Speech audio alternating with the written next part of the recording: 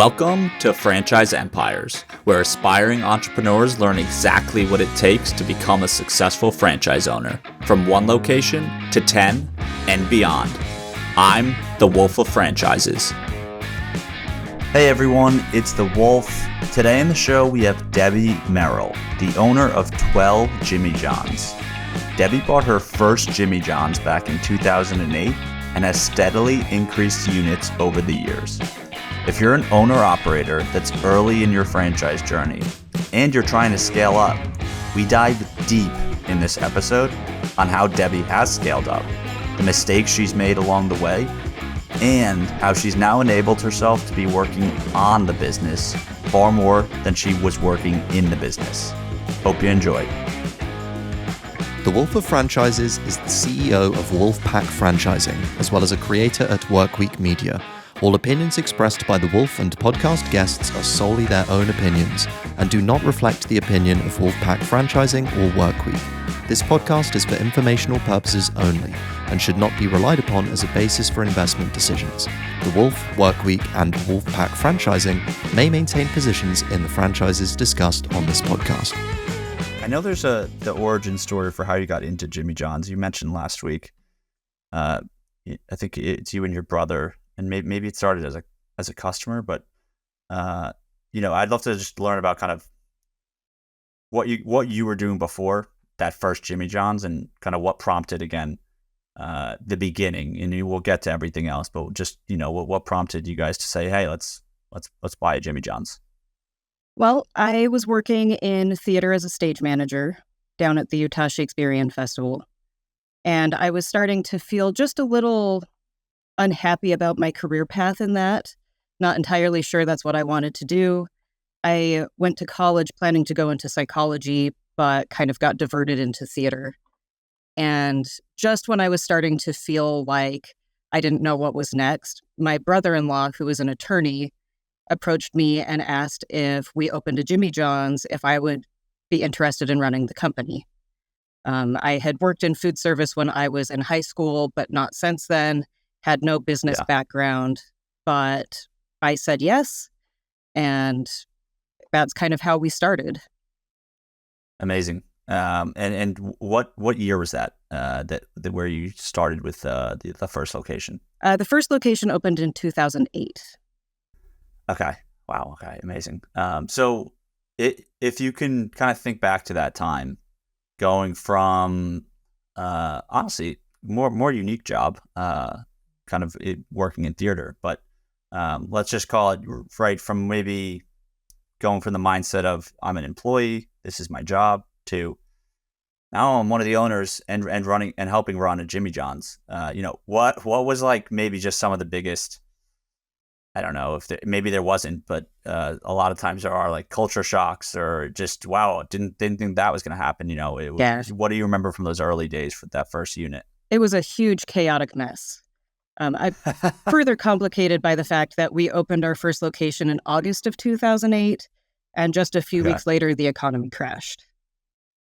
So we had just started this brand new business venture, and we were starting to pick up steam, and I was starting to figure out what I was doing, and then our sales dropped by almost 30% in a week and just kept down. So it was very deflating. Holy crap. We were expecting to have all of this success, and I obviously was pretty insecure because I didn't know what I was doing. And then just things bottomed out, and we had to just tread water for several years, really, as things recovered, and we introduced the brand to the state.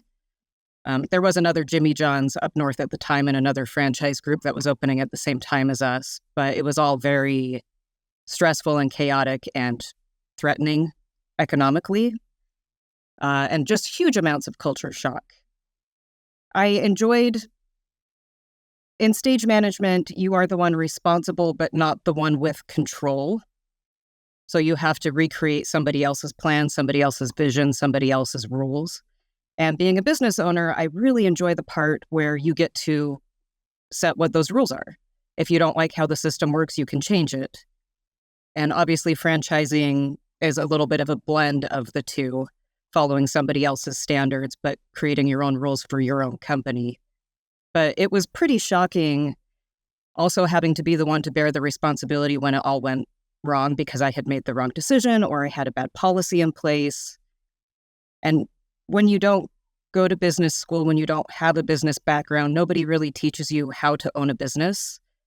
So you find out things that you're doing wrong along the way. You encounter a policy or talk to the right person and you go, oh no, I've been doing this wrong for 2 years now, and now I have to fix it and figure out how to reset those standards.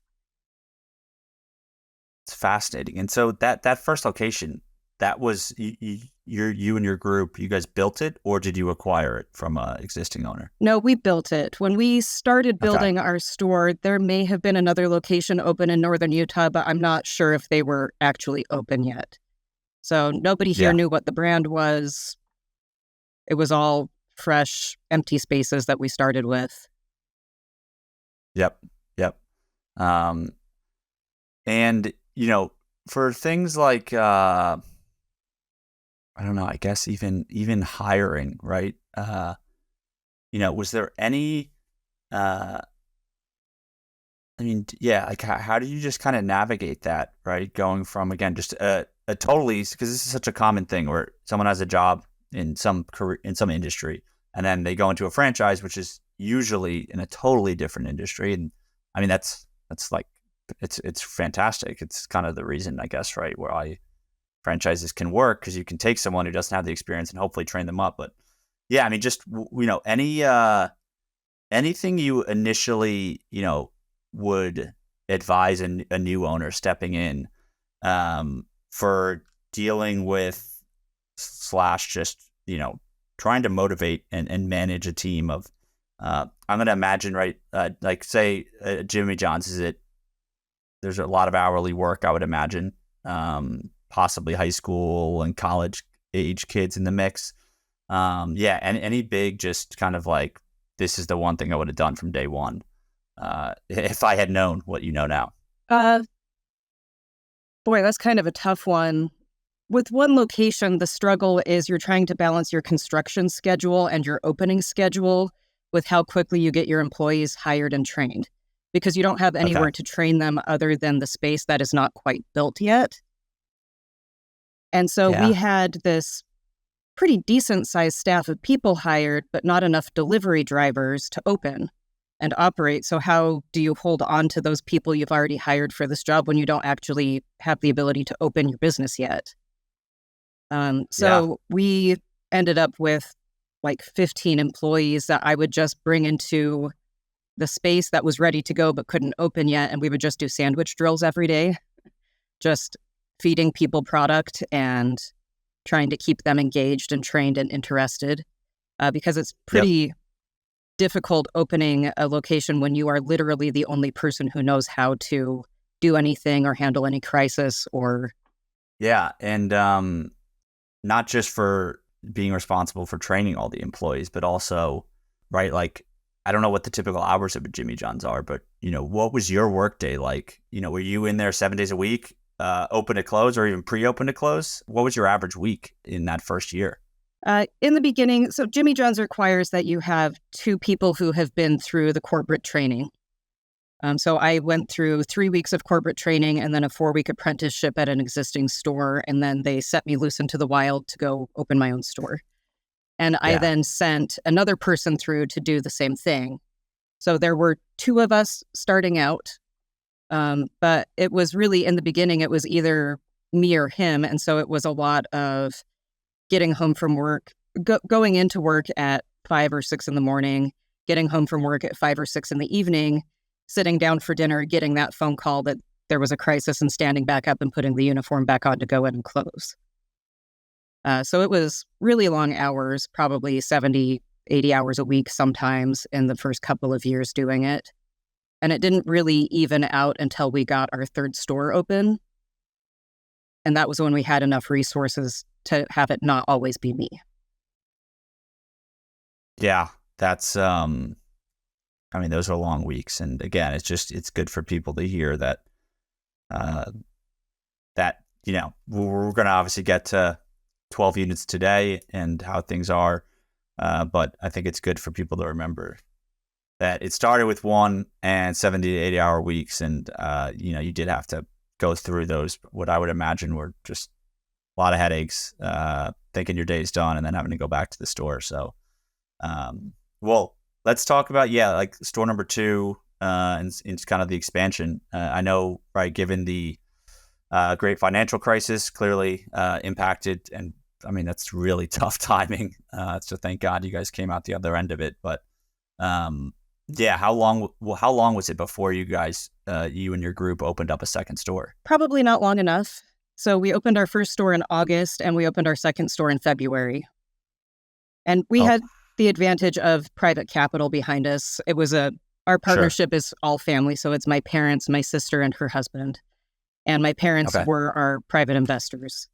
And if we hadn't had that place that we could go to get a loan, I don't know that we would have made it through 2008. Obviously, a lot of businesses failed during that time. We certainly weren't making enough money in the store itself to justify how quickly we opened. But we felt like the faster we could get the stores open, the sooner we would start making a return on our investment. So February. And that was the hardest time, I think, in our growth cycle, because I was the general manager of the second store and going into work at 6 a.m. every day, but also the area manager for the first store and also the HR payroll person.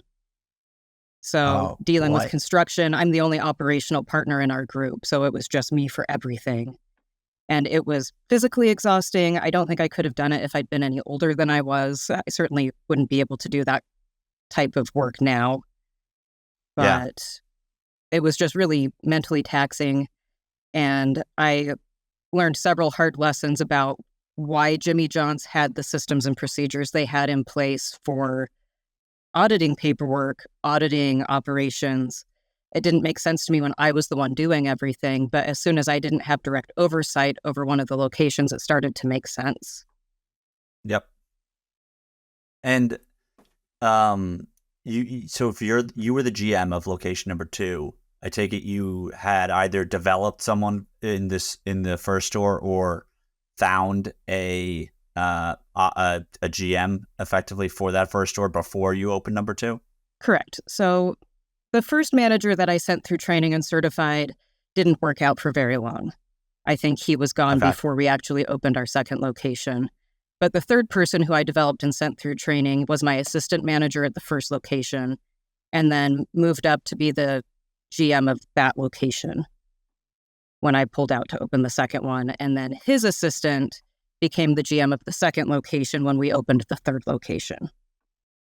Okay. Got it. So not kind of a system developed there. Out of curiosity, what went wrong with that first person who was hired? What kind of things? Because I think maybe from somebody who hasn't owned or operated, any franchise, might just think, you just hire a manager, or and then they do the job, right? Like, well, what could possibly happen? So what were the yellow flags that probably turned into red flags that ended up leading to this person not making the cut? Well, I mean, there are always difficulties. Part of it is Jimmy John's is a lot of physical work. We move fast, we move urgently, we make everything fresh, lots of on your feet with one arm slicing meat, slicing veggies.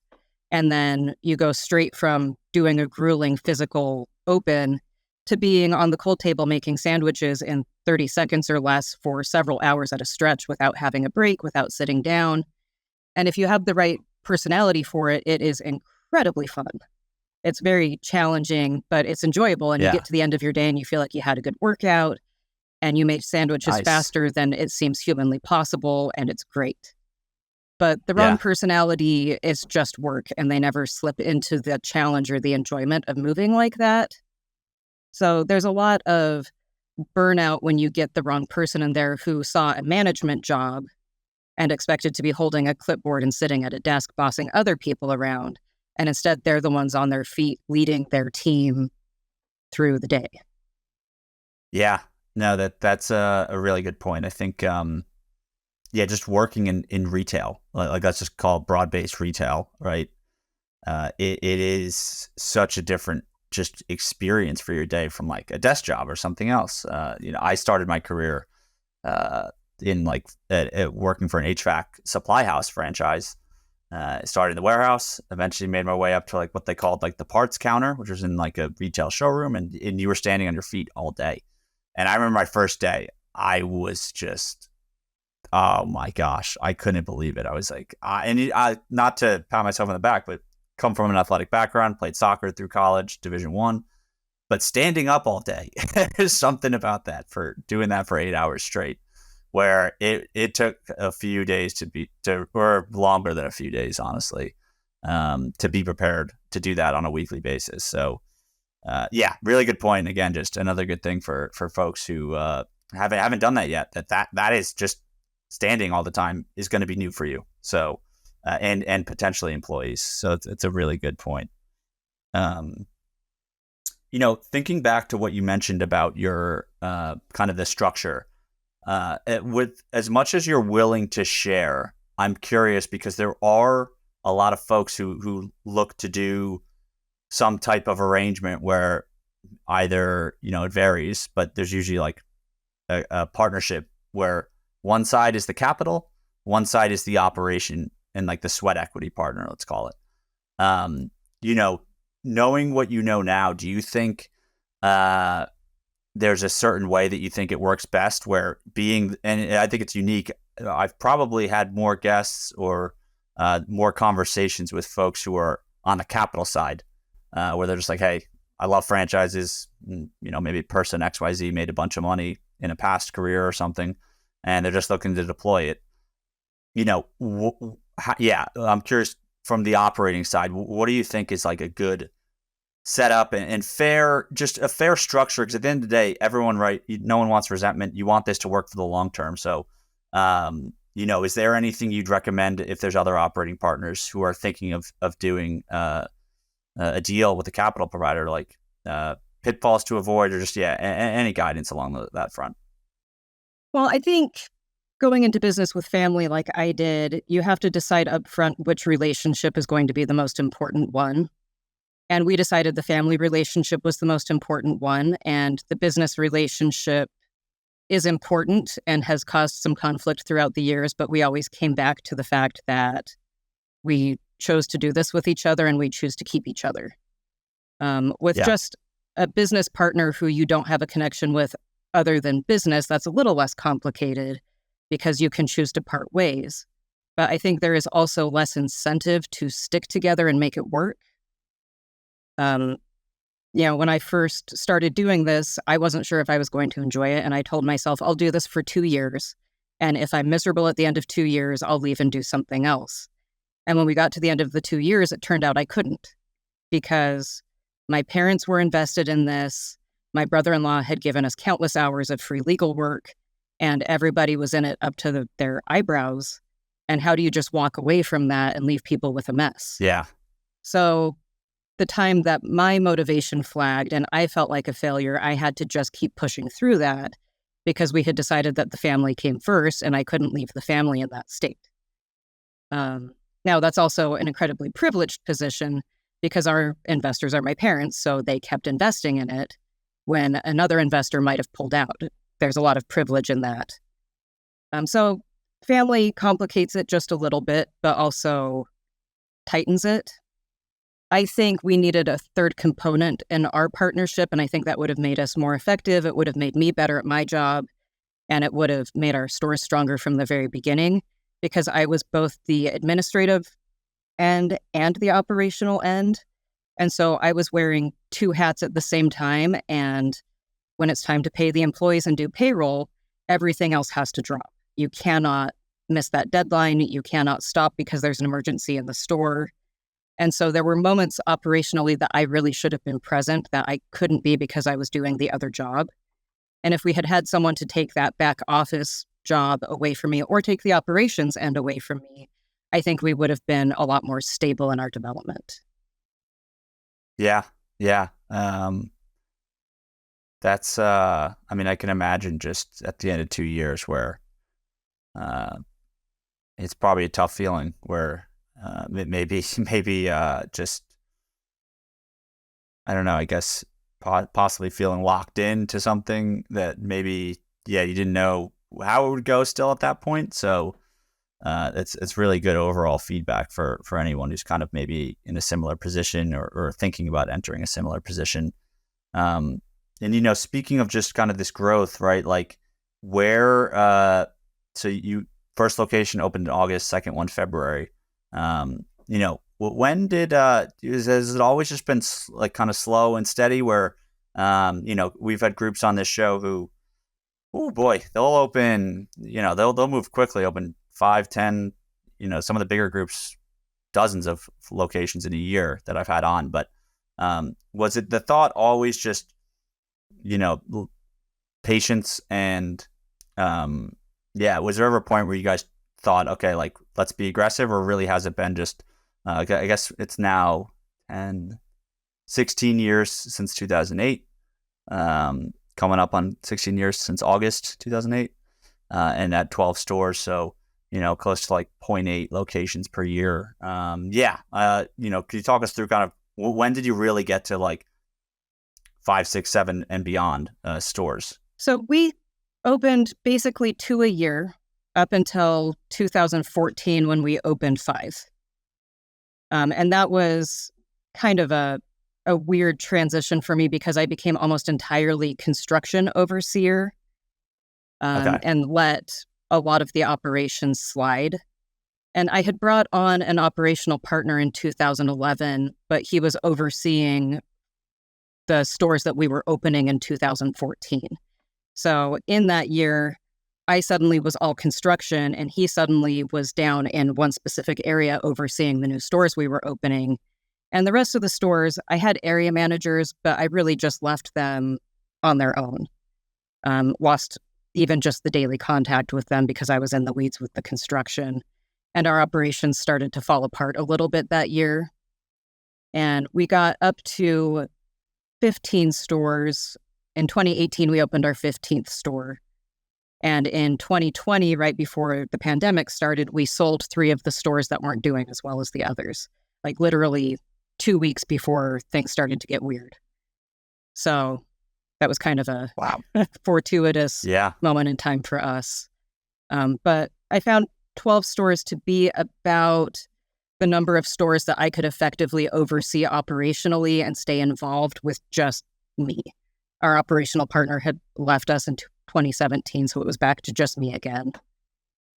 And 15 was just too many for me to be the only one. So it was either expand our overhead in our back office or reduce our operations a little bit, and we chose to reduce. Yeah, sure. No, I mean, everyone's kind of got to find that steady state, if you will, that is that meets the ambitions and just like whatever lifestyle someone wants. So I'm curious. So 2 locations a year till 2014. So that you had 12 stores then, I guess, by 2014, and sounds about right. Or give or take a few, 10 or 11. Yeah. Okay. And I know, listeners at this point have already heard a few workstream ads pre-recorded. I know they're a massive part of kind of unlocking some time and, other efficiencies within the business. When did your relationship with workstream start? Oh my gosh, so late.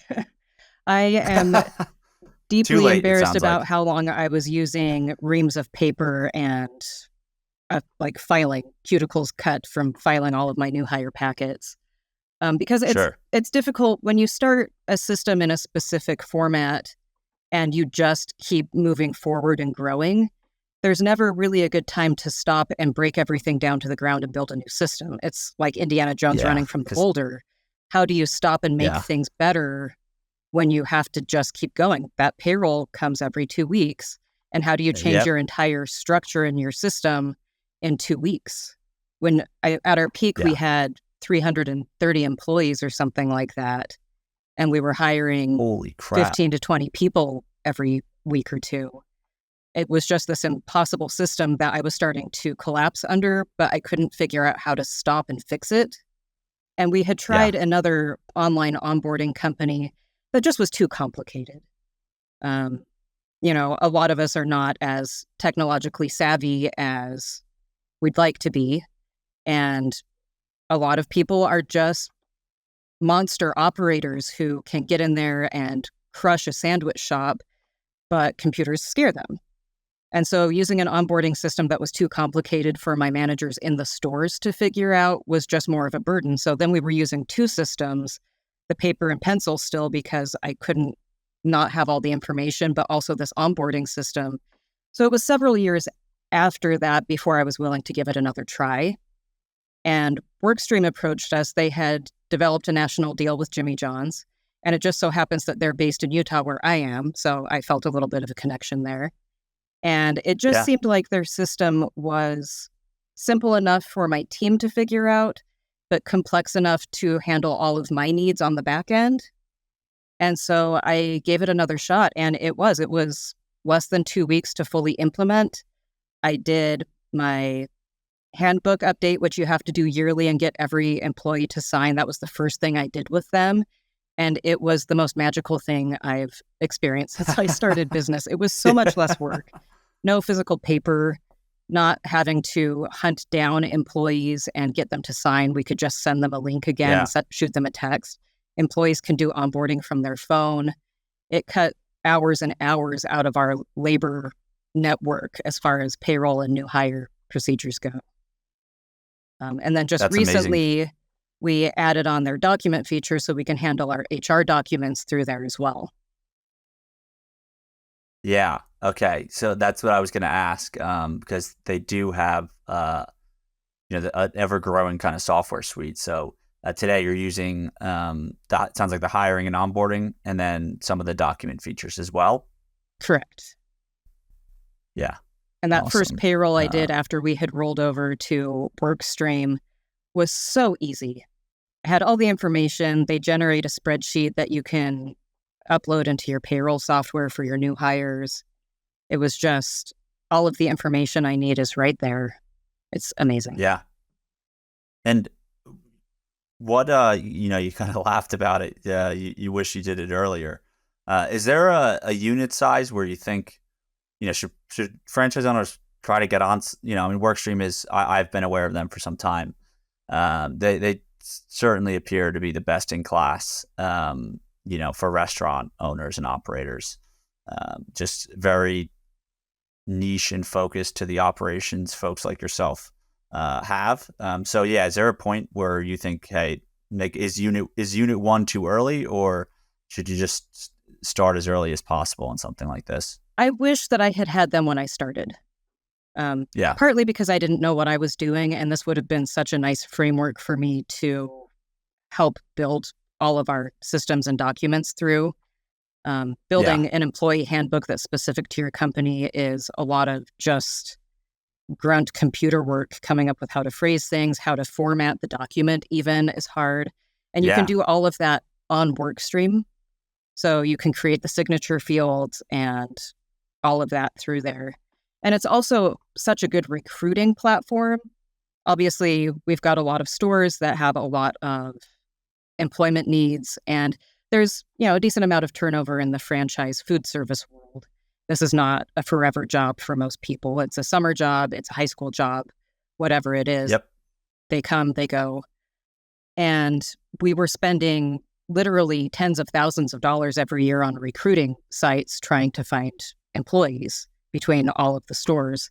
And Workstream has really reduced our costs down below 50% of what we were spending before, while still using a lot of the same platforms, because they consolidate multiple recruitment sites in their website, and you can post jobs to multiple platforms, including local ones. So it's been really beneficial for us. Our staffing has stabilized, our costs have dropped. We all love it. That's amazing. I didn't realize they did local job sites as well, but I did know about that kind of hiring consolidation feature with like Indeed and a lot of other job boards, right? I have a friend who's been on the show, so listeners might remember Ben Little, who owns 15 Zaxby's in the Georgia and North Carolina markets. And he's a big fan of Workstream for the hiring, just consolidating it. And I think there's like an auto posting feature where you create one like job description and it can like get it on every job site, right? So that alone just seems like a very useful feature versus managing like 5 different job sites and for different roles that are open. Yeah, and you can pick and choose which sites you do sponsored postings on, and you can do those for limited amounts of time. So you can post it on 6 different job boards and sponsor it on Indeed for 5 days, or sponsor it on one of your local job boards so it gets a little more prominent, and then just take down the sponsorship when you're done with it. Yep, that's awesome. Yeah, so restaurant operators totally think if you're not on something like this, it is absolutely worth looking into. Deb is real living proof of that. So it's cool to hear kind of your story about it. Looking past, so you're at 12 locations with your Jimmy John's. Do you and the family, is there plans to expand again further, or maybe work with, try another brand, different franchise, or what do you think the future holds? I wouldn't be totally opposed to it in the future, but we spend a lot of years reaping or sowing and just putting what we earned back into the company. And now we're finally getting a chance to reap a little bit and relax. I've got a director of operations now who is just kicking the company's butt every day in a good way. And I've been able to focus a little bit more on the administrative end and do things like switch over to WorkStream and really tighten up the back end of our operations. So for now, I think we're pretty content to just stay with what we've got and make it the best we can possibly make it. And once I get to the point that I feel like that has been achieved, we may look at expanding into another direction. But Jimmy John's really requires a lot of direct focus and oversight, and I don't want to lose what we've built. Yeah, no, that makes total sense. And there's a time for every business owner where it definitely makes sense. I think it sounds like you guys did it the right way. You reinvested back into the business to grow it and ensure that the business can survive. But at a certain point, what's the point of doing it all if you never pay yourself? So I totally get it. And I'm curious, you mentioned you have a kind of director of ops now. What does, because we talked kind of in depth about the early days and what your life looked like and your schedule looked like, what is it, if there is a more consistent schedule for you now, do you have a general hourly kind of time per week that you're putting in and working on the business? It depends on the time of year and what is happening with Jimmy John's.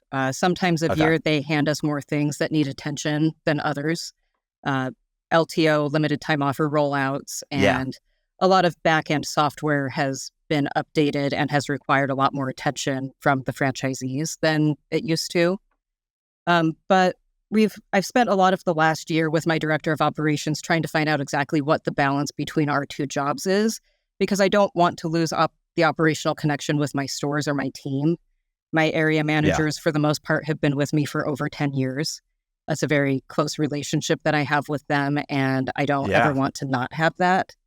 So we've started implementing monthly audits of every store that either I do with the director of operations, I do with the area manager, or the director of operations and the area manager do together.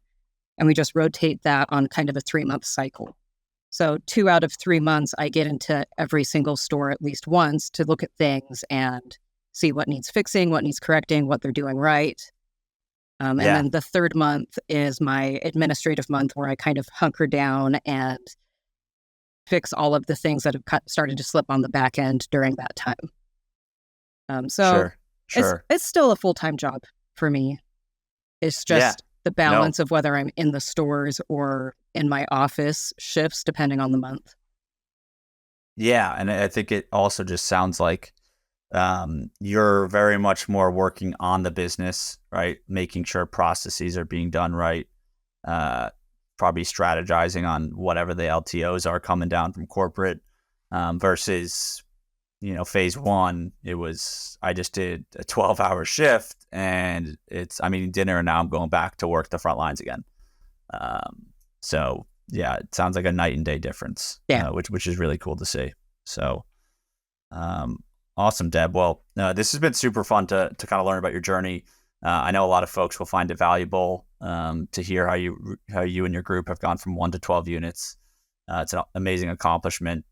Is there anywhere online where folks can follow you or your franchise group, or even if it's just the brand, that also works too? Yeah, I really like to just keep it focused on the brand. You should be able to go into any Jimmy John's anywhere and get the same experience no matter who owns it. So jimmyjohns.com is the best place to take a look at what we do and find your local Jimmy John's. Awesome. All right. Well, folks, you probably don't need help, but we will still include jimmyjohns.com in the show notes if you want to learn more about that franchise. And they've all also equally been on a big tear since, honestly, I feel like they started to grow pretty quickly right around the time you started with them. About 2,600 locations they have, folks. So one of the biggest sub franchises out there. Deb, thanks again for coming on. We'll have to have you on another time, perhaps if you and end up expanding the portfolio and we can get another update. Awesome. Thanks for having me. Yeah, thank you. Thanks for listening to Franchise Empires. We're coming to you soon with actionable insights to take the next step on your franchise journey. So make sure to subscribe on Apple, Spotify, Google, or wherever you listen.